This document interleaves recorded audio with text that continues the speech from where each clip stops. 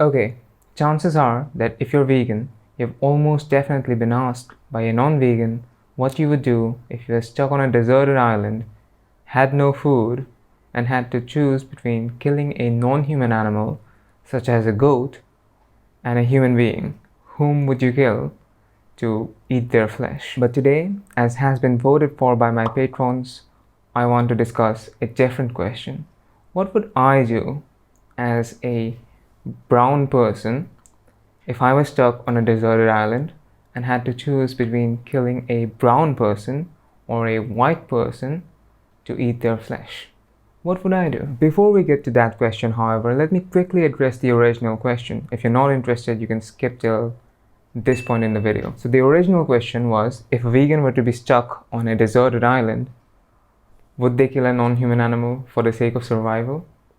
You see, this question sort of misses the point of veganism. You see, while many vegans will put similar moral worth on non-human animal life and human life, that's not the point of veganism. The point of veganism is that the life of a non-human animal is worth far, far more than human taste pleasure. Even if you think that human life is more valuable, and that may or may not be wrong, even if you believe that, right, you can believe that and still recognize the reality that the life of a non-human animal, the life and liberty of a non-human animal, is worth far more than human temporary taste pleasure. In our current world scenario, where we don't have to consume non-human animal flesh in order to survive or to thrive, the only reason to consume non-human animal flesh is for temporary taste pleasure. And given that reality, in the current world scenario, we are not justified to consume the flesh of non-human animals. What we would do in some hypothetical scenario in some far, far away deserted island should not be the basis of our morals. Okay, so having answered the sort of easier version of that question, let's get to the crux of this video. The reason you're watching this video, right? You see, when non-vegans ask that question, whom would you kill, a non-human animal or a human being? That is not a question that they're directing at all vegans, even though they think they are. They're directing it at people like me, a subset of vegans who are anti-speciesist vegans. Speciesism is a concept popularized by Professor Peter Singer in his 1975 book, Animal Liberation. He defines speciesism as a prejudice or attitude of bias in favor of the interests of members of one's own species and against those of members of other species. He goes on to write, the only position that is irredeemably speciesist is the one that tries to make the boundary of the right to life run exactly parallel to the boundary of our own species. So that is speciesism. It is analogous to racism, just as how racism involves drawing an arbitrary line of moral consideration at the level of race and excluding people from other races, right? And only giving moral consideration to the members of your own race. Speciesism is the drawing of an arbitrary moral line at the level of the species and excluding animals of other species and only giving moral consideration to your own species. Now, the reason that so many of us oppose it, the reason that we are anti-speciesists, is because we've asked ourselves one question. The question is, what is that trait that human beings possess and non-human animals lack, which, if a human being were to also lack, we would treat that human being in the way we treat non-human animals? In other words, what is the trait that gives human beings moral value? Some people like to say, well, it's intelligence. Human beings are more intelligent. Okay, but if that's your reasoning, it would follow from your reasoning that if we were to find a human being who possessed the same level of intelligence as a pig or a goat, we would be justified in torturing and enslaving and killing that human being and cutting them up and like procuring their flesh and eating them up. But surely that's not justified, right? If you think it is like self-awareness, then we could find a human being who has the same level of self-awareness as some non-human animals, but we would still not be justified to kill that human being, right? If you think it's sociability, well, there are antisocial human beings, right, who do not participate in human society. Are we justified to kill them? No. So whatever trait that you think it is that gives human beings moral worth, but that does not extend to non-human animals, there will almost definitely be a human being who lacks that trait, and it would follow from your reasoning that we can treat that human being in the way we currently treat non-human animals. But I'm pretty sure that you'd not be okay with that. Now, there is a trait that all human beings possess, and that gives all human beings moral worth. And that trait is the capacity to suffer. All human beings are capable of suffering, and therefore we should not impose unnecessary suffering onto those human beings. But the problem is that this trait, this capacity to suffer, also applies to other non-human animals such as pigs and cats and dogs and goats and chickens and cows and horses. So the idea is basically this: if you want to include all human beings in your moral consideration and want to have a robust, rational reason for doing so, you'll also have to extend it to other non-human animals.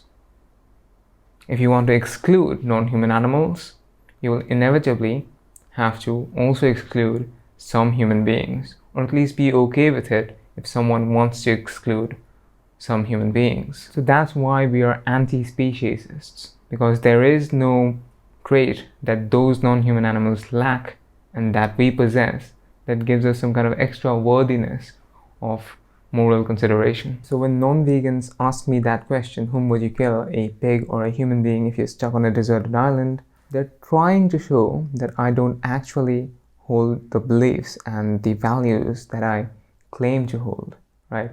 If I say that I would kill the pig, they go like, aha, so you don't actually put the same value on human life and pig life, do you? You just claim that you believe that, but given the circumstances, see, you would kill the pigs. So pigs do indeed have a lower moral worth than human beings. It says so from your actions in what you would do in a far-off island in a hypothetical scenario. And then they say, even you don't think that pigs have the same moral worth as human beings. Why should I? And therefore, I'm going to value the pig's life, not just less than my life, but less than my temporary taste pleasure. And I'm going to continue to eat bacon, right? That's the response if I say I would kill the pig. If I say I would kill the human being, the response is, oh, you vegans are just so extreme. You just don't get it. You're extremists. Therefore, I could never be vegan. I'm not an extremist like you, right? And it's like people like you, because of vegans like you, that I could never be vegan. You are the reason people hate vegans. So it's kind of a trap question. But let's apply that reasoning to a different scenario. What would I do if I were stuck on a deserted island and I had to choose between killing a brown person or a white person for survival? Now you see, alongside being anti-speciesist, actually not alongside being an anti-speciesist, as a natural consequence of being anti-speciesist, I'm also anti-racist. Just as I recognize that there is no trait that human beings possess and non-human animals lack, which gives us extra worthiness of moral consideration, I also realize that there is no trait that brown people possess and that white people lack, which gives brown people some extra worthiness of moral consideration. So if someone said that we should start kind of rounding up people from one certain race and we should make burgers out of them, and I would be assured that, you know, this is not going to be my race of people, I would still be quite opposed to them, right? Now, as a response to that, if someone asks, well, what would you do if you were stuck on a deserted island and you had to choose between killing a white person and a brown person, what would you do then? If I say that I would kill the white person in that scenario, does that somehow prove that I have a bias in favor of brown people? And that I'm just a hypocrite for saying that no, don't round up people of one certain race to create burgers out of them? No, right? If I say that I would kill the brown person in that scenario, it does not prove that I have some kind of bias against brown people either, right? And that would not somehow make me an extremist. The point is that by telling me the race of the individuals whom I have to kill, you're simply not giving me enough information for me to make that decision. If the white person was a friend of mine, right, and the brown person was just some random stranger, I would place greater moral worth on the life of that white person, not because they are a white person, but because they are my friend, right? If the brown person happens to be my friend and the white person is a random stranger, I would place greater moral worth on that brown person, not because they are a brown person, but because they are my friend. And we can sort of play this the other way around. If the white person happens to be some kind of evil dictator, that is the person I'm killing, right? Not because they are a white person, but because they are that white person, right? If the brown person happens to be some kind of evil dictator, well, that's the person to go, right? Not because they are a brown person, but because they are that brown person, that evil dictator. The point is that depending on whom I decide to kill in that scenario, you cannot judge which race of people I favor more. You cannot logically conclude that given the circumstances that you have imposed in that scenario. And similarly, it happens in the case of that original question, which asks me to choose between killing a non-human animal like a pig or a goat and a human being, right? You cannot logically conclude on the basis of my answer to that question which species I give greater moral worth to, if I put greater moral worth on any of those species and not just the same moral worth. Like, who is that human being? Is that a human being that is my friend? A human being whom I know? Is that a human being who is a complete random stranger? Is that a human being who is some kind of evil dictator? Even if I choose to save the human being in that scenario, you can't logically conclude that I put greater moral worth on the life of human beings. Who is that pig? Is that a random pig?